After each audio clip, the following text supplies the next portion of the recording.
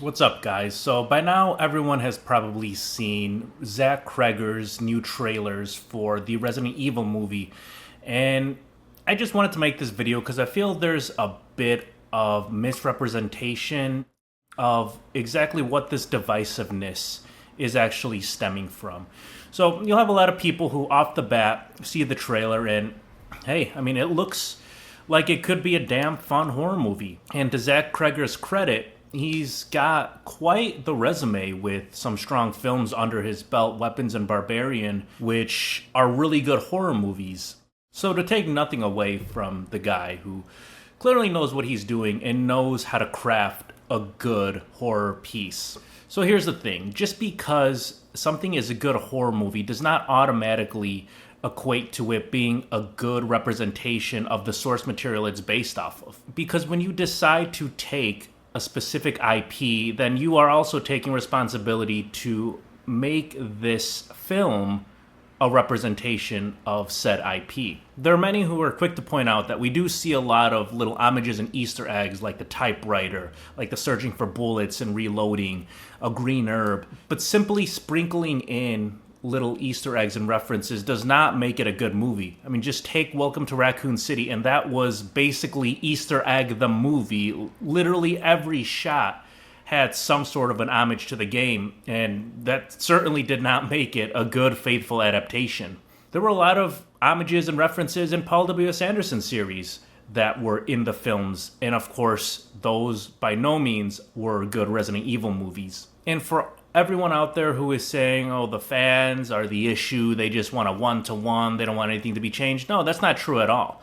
As a matter of fact, most fans wouldn't have a problem with this being an original piece with an original character. We don't need Leon. We don't need Chris. We don't need the characters from the game. But what we do need is something that resembles what Resident Evil is. Take Capcom's short film that was produced in anticipation for Resident Evil 9.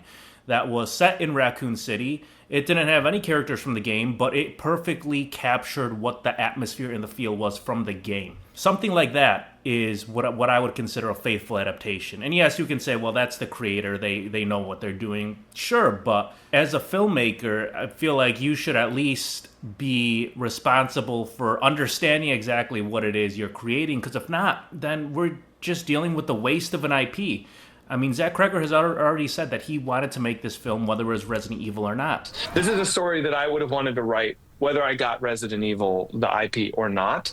Perfect. So then why do you have to take the name? You know, as a matter of fact, visually, when I was watching the trailer, I got a lot more Silent Hill Shattered Memory vibes than I did with Resident Evil, just from the visuals. And here's the issue, is that when you're watching the trailer, aside from the end where they state that the hospital is in Raccoon City, nothing about that would have screamed Resident Evil at me. If I didn't know any better and did not know what this trailer was, I would not have guessed that this was for Resident Evil.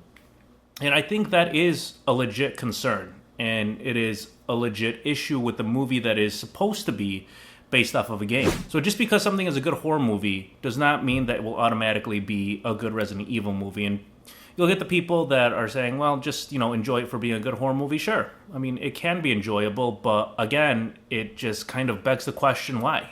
Why did this have to be a Resident Evil movie? And also, let's not forget, Paul W.S. Anderson actually had a very similar backstory before he made Resident Evil. He was fresh off of Event Horizon, which was very well received by the public and critics alike. And by all means, that was a much better movie than, it really had any business being. So then we thought that, okay, maybe this guy will make a good Resident Evil movie, but we saw how that turned out. So just because a director has pretty strong works under his belt does not necessarily mean that once he or she takes control of a certain IP, that it will translate as such. The playoff game between the Raccoon City Sharks and the Oakton Thunder came to an abrupt end when an unruly fan stormed the field and proceeded to attack the players. The way that guy was biting people reminded me of something. Those murders that happened in this city, remember hearing about them a few years back. We like to keep the past behind us around here. If we can link the police and Umbrella, we'll have a story of a lifetime. things have been happening around here lately, so you came on board at the perfect time.